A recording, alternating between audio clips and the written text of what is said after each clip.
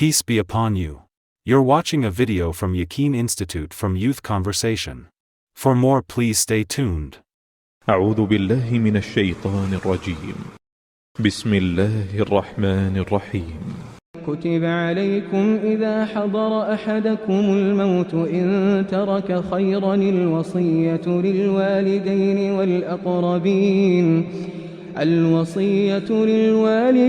والأقربين بالمعروف حقا على المتقين. സമ്പാദ്യങ്ങൾ ഉണ്ടായിരിക്കെ മരണമാസന്നമായവർ മാതാപിതാക്കൾക്കും ബന്ധുജനങ്ങൾക്കുമായി ന്യായമായി വസിയത്ത് ചെയ്യേണ്ടതാണെന്ന് ഇതാ നിയമമാക്കപ്പെട്ടിരിക്കുന്നു. സുഷ്മാലുക്കൾക്ക് ഇതൊരു കടമ കൂടിയാണ്. فمن بدله بعدما سمعه فإنما إثمه على الذين يبدلونه إن الله سميع عليم. വസിയത്ത് കേട്ട ശേഷം ആരെങ്കിലും അത് മാറ്റിമറിക്കുന്നുവെങ്കിൽ അതിന്റെ പാപം അവർക്ക് മാത്രമുള്ളതാണ്. അള്ളാഹു നന്നായി കേൾക്കുന്നവനും സൂക്ഷ്മജ്ഞാനിയുമത്രേ.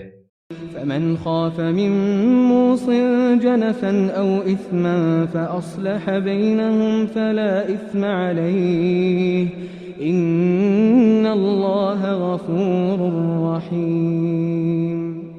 വസിയത്തുകാരനിൽ നിന്ന് വല്ല പക്ഷഭേദമോ അവകാശലംഘമോ ശങ്കിച്ചാൽ ഉഭയകക്ഷികൾക്കിടയിൽ അനുരഞ്ജനമുണ്ടാക്കുന്നത് കുറ്റകരമല്ല. നിശ്ചയം അള്ളാഹു ഏറെ പൊറുക്കുന്നവനും ദയാനിധിയുമല്ലോ. പ്രിയപ്പെട്ടവരെ, അസ്സലാമു അലൈക്കും വറഹ്മത്തുള്ളാഹി വബറകാതുഹു. സൂറ അൽ ബഖറയിലെ 180, 81, 82 3 ആയത്തുകളാണ് നാം ഇന്നും പഠിച്ച് മനസ്സിലാക്കുന്നത്.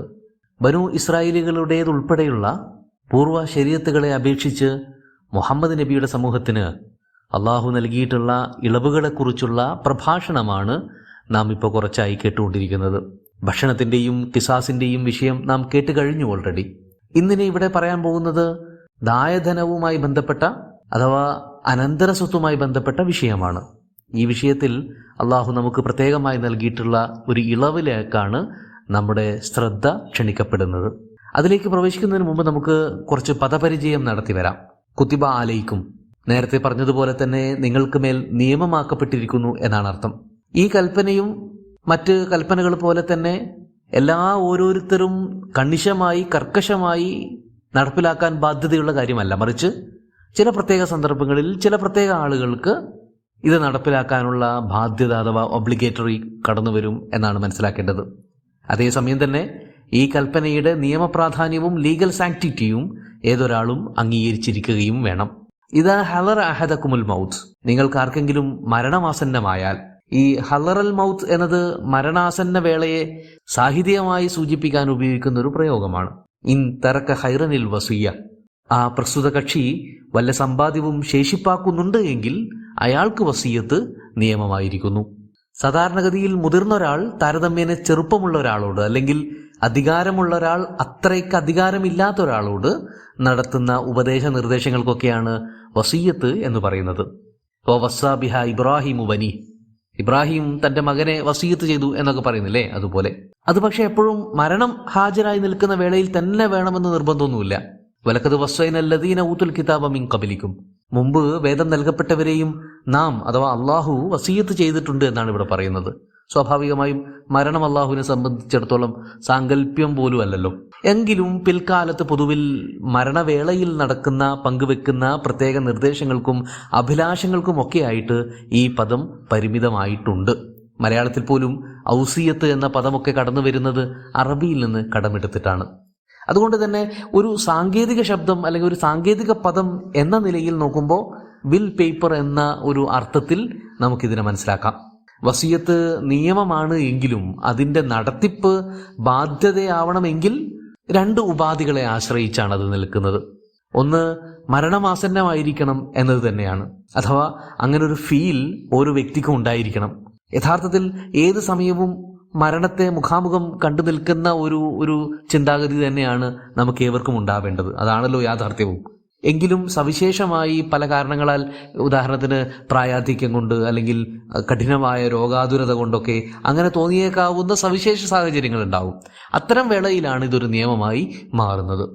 മാത്രമല്ല, ഈ നമുക്കൊക്കെ പലപ്പോഴും ആകസ്മികമെന്ന് തോന്നുന്ന മരണങ്ങൾക്ക് പിന്നിൽ കൃത്യമായ ഷെഡ്യൂളിംഗ് ഒക്കെ ഉണ്ടാവും. അതൊരു സത്യമാണ്. എന്നിരിക്കെ ഈ നമ്മൾ ഇങ്ങനെ ആകസ്മികമെന്ന് തോന്നുന്ന രീതിയിൽ മരണപ്പെട്ട ഒരു കക്ഷി വസിയത്ത് ചെയ്യാൻ വിട്ടുപോയിട്ടുണ്ട് എങ്കിൽ അതൊരു പാപമോ കുറ്റമോ ആകുന്നില്ല എന്ന് കൂടി മനസ്സിലാക്കാൻ വേണ്ടിയിട്ടാണ് സാന്ദർഭികമായി അത് ഓർമ്മിപ്പിക്കുന്നത്. ഇതിന്റെ രണ്ടാമത്തെ ഉപാധി എന്നത് സമ്പാദ്യമായി വല്ലതും നീക്കിയിരിപ്പുണ്ടാവണം എന്നതാണ്. പല പണ്ഡിതന്മാരും താബികളും സ്വഹാബികളുമൊക്കെ അതിന് നിശ്ചിതമായ ഒരു കട്ട് ഓഫ് തന്നെ നിശ്ചയിച്ചിട്ടുണ്ട്. അത്രയെങ്കിലും ഇല്ലെങ്കിൽ വസിയത്തിന് നിൽക്കേണ്ടതില്ല എന്നാണ് അവരൊക്കെ പറഞ്ഞിട്ടുള്ളത്. അതിന്റെ പിന്നിലെ യുക്തി എന്താണെന്ന് നമുക്ക് ഇൻഷാ അല്ലാഹ് വരും വഴികളിൽ ആലോചിക്കാം. അപ്പം അങ്ങനെ പ്രത്യേകമായി എടുത്തു പറയാൻ മാത്രം ഒന്നും സമ്പാദ്യമില്ല എങ്കിൽ അയാൾക്ക് മേൽ വസിയത്ത് നിർബന്ധമില്ല എന്നുകൂടി ചേർത്ത് പറയുകയാണ്. ഇൻ തർക്ക ഹൈറനിൽ വസിയ, അഥവാ ഈ ഹൈറിനെയാണ് സമ്പാദ്യം എന്ന് ട്രാൻസ്ലേറ്റ് ചെയ്തിരിക്കുന്നത്. ആവശ്യമുള്ളതും പ്രിയങ്കരവുമായതിനെയൊക്കെയാണ് ഹൈറ് എന്ന് നേർക്കുനേർ പറയുന്നത്. അതുകൊണ്ടൊക്കെ തന്നെയാണ് നീതി, നന്മ, ക്ഷേമം, ജ്ഞാനം, തിഷണ തുടങ്ങിയ കാര്യങ്ങൾക്കൊക്കെയും ഹൈർ എന്ന് ഖുർആൻ തന്നെ പ്രയോഗിച്ചിട്ടുണ്ട്. കാരണം അതൊക്കെ വളരെ അത്യാവശ്യമുള്ള നെസസറി ആയിട്ടുള്ള കാര്യം തന്നെയാണ്. ഇതേ അർത്ഥത്തിൽ തന്നെ നമുക്ക് വളരെ പ്രിയപ്പെട്ടതും എന്നാൽ വളരെ ആവശ്യമുള്ളതുമായ കാര്യമാണല്ലോ സമ്പാദ്യം എന്ന് പറയുന്നതും. അതിനെയും ഒഴിവാക്കാൻ പറ്റില്ല. അതുകൊണ്ട് തന്നെ സമ്പാദ്യം എന്ന അർത്ഥത്തിലും ഖുർആൻ ഹൈർ എന്ന പദം ധാരാളമായി ഉപയോഗിച്ചത് കാണാം. ഒരു വേള ഈ ഭൗതിക സമ്പാദ്യങ്ങളൊക്കെയും മ്ലേച്ഛവും അതുപോലെ നീചവുമാണ് എന്നൊക്കെയുള്ള വികല കാഴ്ചപ്പാടും പേറി നടക്കുന്ന ആളുകളും സൊസൈറ്റിയിലുണ്ട്. അവർക്ക് കൂടി കണ്ണു തുറപ്പിക്കാൻ വേണ്ടിയിട്ടാവാം അള്ളാഹു ഈ സമ്പാദ്യങ്ങളെ ഹൈർ എന്ന് പറയുന്നത്. അത് അങ്ങേയറ്റം മ്ലേച്ഛമോ നിരാകരിക്കപ്പെടേണ്ടെന്നോ വിരക്തി കാണിക്കപ്പെടേണ്ടെന്നോ ആയിട്ടുള്ള ഒന്നല്ല എന്ന ധ്വനി കൂടി ഈ പ്രയോഗത്തിനകത്തുണ്ട്. ആർക്കൊക്കെ വേണ്ടിയിട്ടാണ് വസിയത്ത് ചെയ്യേണ്ടത്? ലിൽ വാലിദൈനി വൽ അഖ്റബീൻ, മാതാപിതാക്കൾക്കും ഉറ്റവർക്കും ഉടിയവർക്കും വേണ്ടിയിട്ടൊക്കെയാണ് നിങ്ങൾ വസിയത്ത് ചെയ്യേണ്ടത്. സത്യത്തിൽ ഇസ്ലാമിലെ അനന്തരാവകാശ നിയമത്തിന്റെ, അഥവാ ഇൽമുൽ ഫറായിദ് എന്നും മീറാസ് എന്നും ഒക്കെ അറിയപ്പെടുന്ന ആ നിയമത്തിന്റെ ഒരു എക്സ്റ്റൻഷനാണ് ഈ വസിയത്ത് എന്ന് പറയുന്ന നിയമം. ഇതാണ് ഇതിലെ നമുക്ക് ഒരു ഇളവുണ്ട് അല്ലെങ്കിൽ വളരെയധികം ഔദാര്യമുണ്ട് എന്നൊക്കെ പറയുന്ന ഒരു പോയിന്റ് കിടക്കുന്നതും അവിടെയാണ്. ഏതാണ്ട് എല്ലാ വശങ്ങളും തന്നെ ഒരു പഴുതുമില്ലാത്ത വിധം ഖുർആൻ തന്നെ വിവരിച്ചിട്ടുള്ള, വർണ്ണിച്ചിട്ടുള്ള, വരച്ച് കാണിച്ചിട്ടുള്ള ഒരു നിയമമാണ് അനന്തരാവകാശ നിയമം. അതിന്റെ ബേസിക് പ്രിൻസിപ്പിൾസ് എന്ന് പറയുന്നത്, നമ്മളിപ്പോൾ ജീവിച്ചിരിക്കുന്ന മനുഷ്യന്റെ കയ്യിൽ ധാരാളം സമ്പത്തൊക്കെ ഉണ്ടാവാം, പക്ഷെ അത് താൽക്കാലികമായി പടച്ചവൻ നൽകിയിട്ടുള്ള ഒരു അമാനത്താണ്.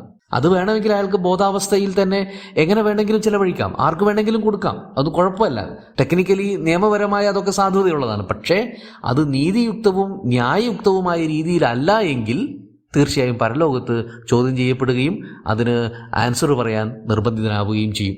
ഇനി ഒരാൾ മരണപ്പെട്ടു കഴിഞ്ഞു എന്ന് കരുതുക. അങ്ങനെയാകുമ്പോൾ അയാളുടെ മേൽ ഉണ്ടായിരുന്ന ഈ വിനിമയത്തിന്റെ അധികാരാവകാശങ്ങൾ അത് താൽക്കാലികമായിരുന്നു, അത് റദ്ദ് ചെയ്യപ്പെടും. പിന്നീട് ഈ വിതരണം ചെയ്യപ്പെടുന്നത് മുഴുവനും പൂർണ്ണമായും അള്ളാഹുവിൻ്റെ അനുശാസനകൾക്ക് വിധേയമായിട്ടായിരിക്കണം. ഈ അനുശാസനകളെയാണ് മേൽപ്പറഞ്ഞ അനന്തരാവകാശ നിയമം എന്ന് പറയുന്നത്. അപ്പോൾ മരണത്തിന് മുമ്പ് ഒരു വ്യക്തിക്ക് സ്വന്തം നിലക്ക് ചെയ്യാമെങ്കിൽ മരണശേഷം അതിൻ്റെ ആത്യന്തിക ഉടമസ്ഥനായ അള്ളാഹുവിൻ്റെ നിയമങ്ങൾക്കനുസരിച്ച് വേണം അത് വിതരണം ചെയ്യാനും വിനിമയം ചെയ്യപ്പെടാനും. ഈ രണ്ട് ഓപ്ഷനുകളാണ് സാധാരണഗതിയിൽ ഉള്ളതെങ്കിലും ഈ രണ്ടിനും പുറമെയുള്ള ഒരു പഴുതാണ്, ഒരു മൂന്നാമതൊരു ഓപ്ഷനാണ് സത്യം പറഞ്ഞാൽ വസിയ്യത്ത് എന്ന് പറയുന്നത്. അപ്പോൾ ജീവിച്ചിരിക്കുന്ന കക്ഷി തൻ്റെ മരണശേഷം ഇന്ന ആളുകൾക്ക് ഇന്ന ഭാഗവും ഒക്കെ കൊടുക്കണം എന്ന് ആഗ്രഹിക്കുന്നതിനോ നിർദ്ദേശിക്കുന്നതിനോ ഒക്കെയാണ് വസിയ്യത്ത് എന്ന് സാങ്കേതികമായി പറയുന്നത്. അത് നിയമസാധുത ഉള്ളതും കൂടിയാണ്. പക്ഷെ ഇതിന് നിയമസാധുത കടന്നു വരണമെങ്കിൽ വേറെയും 1-2 കാര്യങ്ങൾ കൂടി ശ്രദ്ധിക്കപ്പെടേണ്ടതുണ്ട്. അതിൽ ഒന്നാമത്തെ കാര്യം, ഇസ്ലാമിക നിയമപ്രകാരം മരിച്ച ആൾക്ക്, പരേതന് ഒരുപാട് തരം ബന്ധുക്കൾ ജീവനോടെ ബാക്കിയുണ്ടാവും. ഇവരെല്ലാവരും ഒരുപോലെ കണക്കാക്കാൻ പറ്റില്ല. മറിച്ച് മരിച്ച ആളുമായിട്ടുള്ള ബന്ധത്തിന്റെ തീവ്രതയും ആഴവും ഒക്കെ പരിഗണിച്ച് ശേഷിക്കുന്ന ബന്ധുക്കളെ പല കാറ്റഗറിയായി തിരിച്ചിട്ടുണ്ടാവും. ഈ ഓരോ കാറ്റഗറിയിലും ഉള്ള ആളുകൾക്ക് വ്യത്യസ്തമായ വിഹിതമാണ് അള്ളാഹു കൽപ്പിച്ചു കൊടുക്കുന്നത്. അതുതന്നെയും എല്ലാവർക്കും എപ്പോഴും കിട്ടിക്കൊള്ളണമെന്നുമില്ല. ചില അടുത്ത ബന്ധുക്കളുടെ സാന്നിധ്യം അകന്ന ബന്ധുക്കളുടെ അവകാശ നിഷേധത്തിനോ അല്ലെങ്കിൽ അവകാശത്തിലെ ഏറ്റക്കുറച്ചിലിനോ ഒക്കെ കാരണമായി തീർന്നിരിക്കും. അത് വളരെ പ്രധാനപ്പെട്ട ഒരു കാര്യമാണ്. രണ്ടാമത്തെ കാര്യം എന്ന് പറയുന്നത്, ഇങ്ങനെ നിശ്ചയിക്കപ്പെട്ടിട്ടുള്ള നിർണയിക്കപ്പെട്ടിട്ടുള്ള അവകാശികളുണ്ട്, ഓൾറെഡി അള്ളാഹുവിന്റെ നിയമത്തിൽ പ്രതിപാദിക്കപ്പെട്ടിട്ടുണ്ട്. അത്തരം ആളുകൾക്ക് വേണ്ടി വീണ്ടും അഡീഷണലി വസിയ്യത്ത് ചെയ്യാൻ പാടില്ല എന്നതാണ് നിയമം. റസൂൽ കരീം സല്ലല്ലാഹു അലൈഹി വസല്ലം അത് വ്യക്തമായി പറയുന്നുണ്ട്. ഇന്നല്ലാഹ അഅതാ കുല്ലദീ ഹഖിൻ ഹഖ വലാ വസിയ്യത ലിവാരിസ്. ഓരോരുത്തരുടെയും അവകാശങ്ങൾ അവർക്ക് അർഹമായ രീതിയിൽ തന്നെ അള്ളാഹു നിർണയിച്ചു കഴിഞ്ഞിട്ടുണ്ട്. ഇനി അതിനും പുറമെ നിങ്ങൾ വസിയത്ത് ചെയ്യേണ്ടതില്ല എന്നതാണ്. അങ്ങനെ വരുമ്പോൾ ഈ നിർണയിച്ച് അവകാശം നിശ്ചയിച്ചു കൊടുത്തിട്ടുള്ള ബന്ധുക്കളിൽ അപ്രമാദിത്വമുള്ള, ഒരു കാരണവശാൽ ഒഴിവാക്കപ്പെടാൻ പാടില്ലാത്ത ആളുകളാണ് മാതാപിതാക്കൾ എന്ന് പറയുന്നത്. അവർക്കെപ്പോഴും ഒരു ഓഹരി നിർബന്ധമായും വിഹിതമായിട്ട് നിശ്ചയിക്കപ്പെട്ടിട്ടുണ്ടാകും. എങ്കിൽ പിന്നെ എന്തിനാണ് അവർക്ക് വേണ്ടി വീണ്ടും ഒരു വസിയത്ത് ചെയ്യുന്നത്? അത് റസൂൽ കരീം സല്ലല്ലാഹു അലൈഹി വസല്ലം പറഞ്ഞതിന് ഘടകവിരുദ്ധമാകുന്നില്ലേ എന്നൊക്കെ നമുക്ക് തോന്നാം. ഇവിടെയാണ് ഖുർആനിന്റെ വളരെ മൈക്രോസ്കോപ്പിക് ആയിട്ടുള്ള കൺസേൺ ഒക്കെ നമുക്ക് മനസ്സിലാക്കാൻ കഴിയുന്നത്. അപ്പോഴാണ് നമുക്ക് ഈ നിയമത്തിനകത്തെ ഇളവും സമാശ്വാസവും ഒക്കെ എന്താണ് എന്ന് ബോധ്യപ്പെടുന്നതും. അനന്തരാവകാശ നിയമപ്രകാരം എത്ര അടുത്ത ബന്ധുവാണെങ്കിൽ പോലും ചില കാരണങ്ങൾ സംഭവിച്ചാൽ ആ ബന്ധുത്വം അല്ലെങ്കിൽ ആ അവകാശം റദ്ദ് ചെയ്യപ്പെടുന്ന സാഹചര്യങ്ങൾ ഉണ്ടാകും. കുഫർ, ഖത്ല്, സിന, അടിമത്തം, ലിആൻ തുടങ്ങി 6ഓളം കാരണങ്ങളുണ്ട് ഇപ്രകാരം ഒരു അവകാശിയെ പുറത്തു നിർത്താൻ അല്ലെങ്കിൽ അയാളുടെ അവകാശത്തെ റദ്ദ് ചെയ്യാൻ. ഇങ്ങനെ അവകാശം റദ്ദ് ചെയ്യപ്പെടുന്നവർക്കായി പ്രത്യേകം വസിയത്തിലൂടെ അവരെ ചേർത്ത് പിടിക്കാൻ അവസരം നൽകുക കൂടിയാണ് അള്ളാഹു ഇവിടെ ചെയ്യുന്നത്. വിശ്വാസികളല്ലാത്ത മാതാപിതാക്കൾ അവർ കുഫ്രിലാണ് എങ്കിൽ സ്വാഭാവികമായി അനന്തരാവകാശ നിയമത്തിൽ നിന്ന് അവർ പുറത്താണ്. അതേസമയം ഇത് മനസ്സിലാക്കിയിട്ടുള്ള മകന് ആ മാതാപിതാക്കൾക്ക് വേണ്ടി ഒരു വിഹിതം നേരത്തെ വസിയ്യത്ത് ചെയ്തു വെക്കാൻ അള്ളാഹു അവസരം നൽകുകയും ചെയ്യുന്നുണ്ട്. ഇതൊരു മഹത്തായ ഇളവ് തന്നെയാണ്. ആദർശങ്ങളുടെയോ ആശയങ്ങളുടെയോ പേരിൽ ബന്ധങ്ങളെ എന്നേക്കുമായി വിച്ഛേദിക്കേണ്ടതില്ല എന്നുകൂടി നമുക്ക് ഇതിൽ നിന്ന് മനസ്സിലാക്കാം. ഇനി വസിയ്യത്തിന്റെ അർഹരായ രണ്ടാമത്തെ കൂട്ടരാരാണ്? അൽ അഖ്റബീൻ അഥവാ ഉറ്റവരും ഉടയവരുമാണത്. അനന്തരാവകാശ നിയമപ്രകാരം ഞാൻ നേരത്തെ പറഞ്ഞതുപോലെ ചില ഏറ്റവും അടുത്ത ബന്ധുക്കളുടെ സാന്നിധ്യമുണ്ടെങ്കിൽ അകന്ന ബന്ധുക്കൾ ചിലപ്പോൾ അവകാശ ലഭ്യതയില്ലാതെ പോകും. ഉദാഹരണത്തിന് മരിച്ച പരേതന് മകനും ഒരു സഹോദരനും ഉണ്ട് എന്ന് കരുതുക. ഈ മകന്റെ സാന്നിധ്യം കാരണം സഹോദരൻ ഒന്നും ലഭിക്കാതെ പോകും. അതാണ് നിയമം.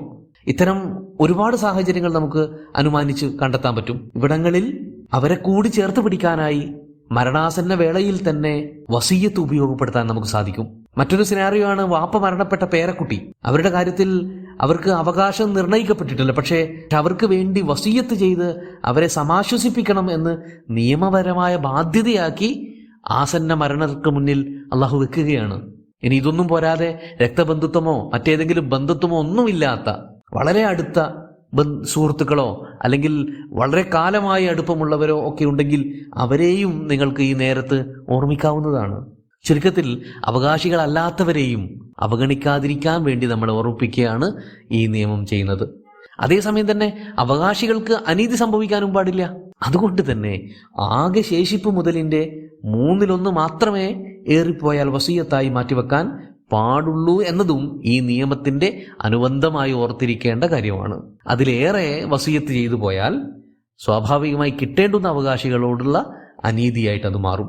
അങ്ങനെ സംഭവിക്കാതിരിക്കാനാണ് പടച്ചവൻ ബിൽ മഅറൂഫ് എന്ന് പറഞ്ഞിരിക്കുന്നത്. പരിചിതവും അംഗീകൃതവുമായത് എന്നാണല്ലോ ആ പദത്തിനർത്ഥം. പക്ഷെ അതെങ്ങനെയാണ് നിർവചിക്കപ്പെടുന്നത്? അത് അള്ളാഹുവിന്റെ വെളിപാടുകളുടെ അടിസ്ഥാനത്തിലായിരിക്കുകയും വേണം. അങ്ങനെ ഒരു വെളിപാട് ഒന്നുമില്ലാത്തൊരിടത്ത് മാത്രമേ നമുക്ക് ഉറുഫിനെ പരിഗണിക്കേണ്ടതുള്ളൂ. എത്ര കൊടുക്കണം, എങ്ങനെ കൊടുക്കണം, എത്രത്തോളം പോകാം എന്നൊക്കെ ഇസ്ലാം തന്നെ വ്യക്തമാക്കിയിട്ടുണ്ട്. അതിന് ചുവടൊപ്പിച്ച് വേണം വസിയ്യത്ത് എന്ന ഓപ്ഷൻ ഉപയോഗപ്പെടുത്താൻ. ചിലരെങ്കിലും അവകാശികളോടുള്ള കലിപ്പ് കാരണത്താൽ മുഴുവൻ സ്വത്തും വസിയ്യത്തായി പലർക്കും എഴുതി കൊടുക്കാനുള്ള ഉദ്യമങ്ങൾ കാണിച്ചെന്ന് വരും. അത്തരം വസിയ്യത്തുകൾക്കൊന്നും ഒരു കടലാസിന്റെ വില പോലും ഉണ്ടാവില്ല ഇസ്ലാമിക ശരീഅത്ത് പ്രകാരം. അപ്പോൾ വസിയ്യത്ത് എന്ന് പറയുന്നത് സ്വാഭാവികമായ നിലയിൽ ബന്ധത്തിലോ അവകാശത്തിലോ കടന്നു വരാത്ത ആളുകളെ കൂടി ചേർത്ത് പിടിക്കാനുള്ള വലിയൊരു ഇളവാണത്, അവസരമാണത്. അത് പരമാവധി ഉപയോഗപ്പെടുത്താം. പക്ഷേ അത് ഉപയോഗപ്പെടുത്തുമ്പോൾ പോലും സ്ഥായിയായ ബന്ധുക്കളെ, അവകാശികളെ അനീതിക്കിരയാക്കാനും പാടില്ല. അതുകൊണ്ട് 1/3 വരെ മാക്സിമം വസിയ്യത്ത് ചെയ്യാനുള്ള അവസരം നിർണയിക്കപ്പെട്ടിരിക്കുന്നു. ഹക്കൻ അലൽ മുത്തഖീൻ. ഇതൊക്കെയും സൂക്ഷ്മാലുക്കളുടെ മേലുള്ള ബാധ്യതകളാണ്. ഒരു കൂട്ടരുടെ മേലുള്ള ബാധ്യത മറ്റൊരു വലിയ കൂട്ടർക്ക് ആശ്വാസവും ഇളവും അനുഗ്രഹവുമായി മാറുന്നതിന്റെ ഒരു കെമിസ്ട്രിയാണ് ഇവിടെ വർക്ക് ചെയ്യുന്നത്. ഇത്തരം വസിയ്യത്തുകൾ തയ്യാറാക്കുമ്പോൾ ശ്രദ്ധിക്കേണ്ടുന്ന വേറൊരു കാര്യം സൂറ അൽ മാഇദയിൽ അല്ലാഹു സൂചിപ്പിക്കുന്നുണ്ട്. യാ അയ്യുഹല്ലദീന ആമനു ഷഹാദതു ബൈനിക്കും ഇദാ ഹദറ അഹദകുൽ മൗത്ത് ഹീനൽ വസിയ്യത്തി ഇസ്നാനി ദവ അദ്ലിൻ മിൻകും ഔ ആഖരീന മിൻ ഗൈരിക്കും. അങ്ങനെ പറഞ്ഞു പോകുന്ന ആയത്താണ് സൂറത്തുൽ മാഇദയിൽ 106-ാമത്തേത്. ഇവിടെ പറയുകയാണ്, നിങ്ങൾ ഇത്തരം ഒരു സന്ദർഭത്തെ ഫേസ് ചെയ്യുമ്പോൾ തീർച്ചയായും 2 നീതിനിഷ്ഠയുള്ള സാക്ഷികളുടെ സാന്നിധ്യത്തിലായിരിക്കണം വസിയ്യത്ത് തയ്യാറാക്കേണ്ടത് എന്ന്.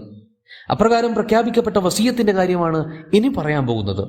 ഫമൻ ബദ്ദലഹു ബഅദ മാ സമിഅഹു, വസിയത്ത് കേട്ടതിനു ശേഷം മനസ്സിലാക്കിയതിനു ശേഷം ആരെങ്കിലും അത് മാനിപ്പുലേറ്റ് ചെയ്താൽ അല്ലെങ്കിൽ വക്രീകരിക്കാൻ ശ്രമിച്ചാൽ ഫഇന്നമാ ഇസ്മുഹു അലല്ലദീന യുബദ്ദിലൂന, അതിന്റെ പാപക്കറ ആ തിരുത്തലുകൾ വരുത്തിയവർക്ക് മാത്രമാണ്, അല്ലാതെ പരായതിന്റെ പേരിൽ അങ്ങനെ ഒന്ന് ബാക്കിയാവില്ല.